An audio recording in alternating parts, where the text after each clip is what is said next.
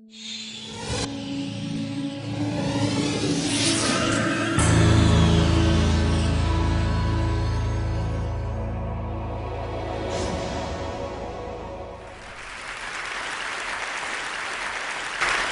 been intrigued by this question of whether we could evolve or develop a sixth sense, a sense that would give us seamless access and easy access to meta information or information that may exist somewhere that may be relevant to help us make the right decision about whatever it is that we're coming across.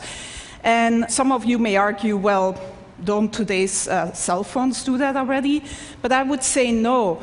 When you meet someone here at TED, and this is the top networking place, of course, of the year, you don't shake somebody's hand and then say, can you hold on for a moment while I take out my phone and Google you? Or when you go to the supermarket and you're standing there in that huge aisle of different types of toilet papers, you don't take out your cell phone and open a browser and go to a website to try to decide which of these different toilet papers is the most ecologically responsible purchase to make. So we don't really have easy access to all this relevant information that can just help us make optimal decisions about what to do next and what actions to take. And so my research group at the Media Lab has been developing a series of inventions to give us access to this information in a sort of easy way without requiring that the user changes any of their behavior. And I'm here to unveil our latest effort and most successful effort so far, which is still very much a work in process. I'm actually wearing the device right now, and we've sort of cobbled it together with components that are off the shelf, and that, by the way, only cost $350 at this point in time. I'm wearing a camera, just a simple webcam, a portable battery-powered projection system with a little mirror. These components communicate to my cell phone in my pocket, which acts as the communication and computation device. And in the video here, we see my student Pranav Mistry, who's really the genius who's been implementing and designing this whole system. And we see how this system lets him walk up to any surface and start using his hands to interact with the information that is projected in front of him. The system tracks the 4 significant fingers. In this case, he's wearing simple marker caps that you may recognize. But if you want a more stylish version, you could also paint your nails in different colors.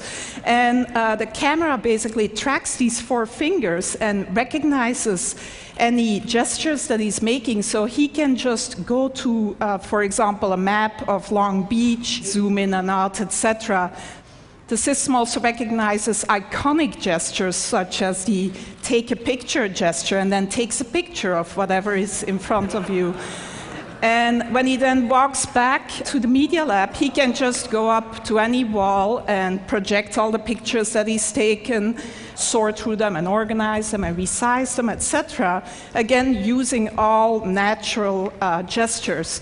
So some of you most likely were here 2 years ago and saw the demo by Jeff Hahn, or some of you may think, well, doesn't this look like the Microsoft Surface table? And yes, you also interact using natural gestures, both hands, etc. But the difference here is that you can use any surface. You can walk up to any surface, including your hand, if nothing else is available, and interact with this projected data.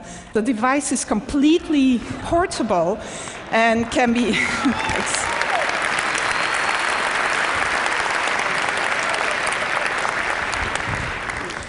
So one important difference is that it's totally mobile. Another even more important difference is that in mass production, this would not cost more tomorrow than today's cell phones, and would actually not sort of be a bigger package and could look a lot more stylish than this version that I'm wearing around my neck.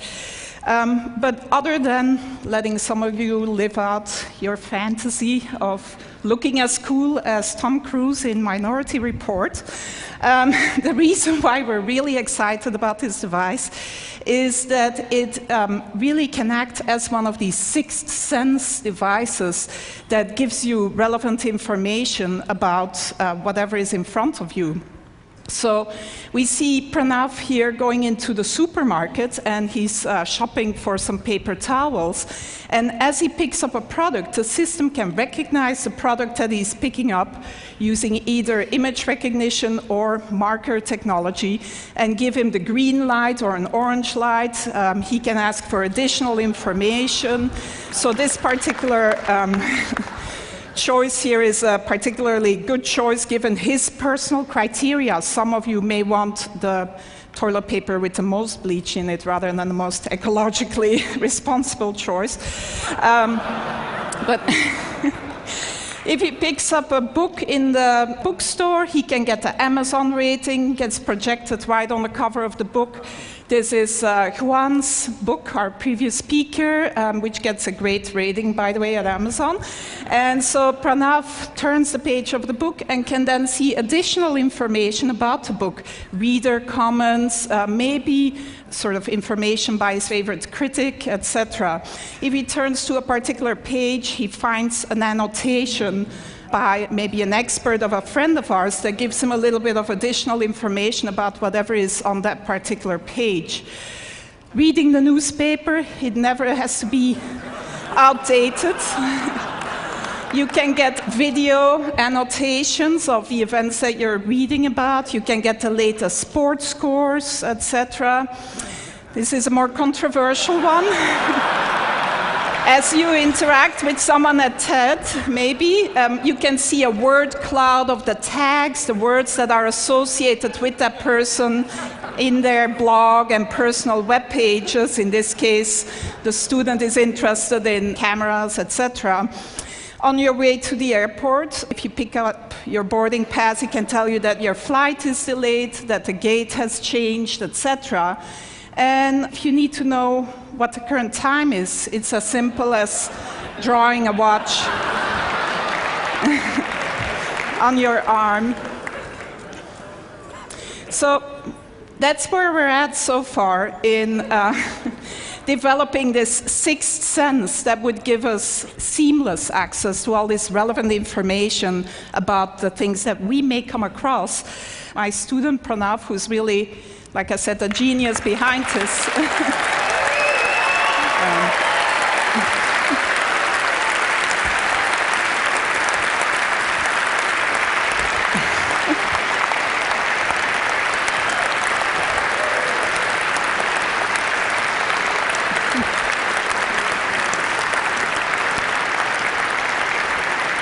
He does deserve a lot of applause because I don't think he's slept much in the last 3 months, actually.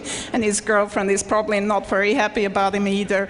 But it's not perfect yet. It's very much a work in progress. And who knows, maybe in another 10 years, we'll be here with the ultimate sixth sense brain implant. Thank you.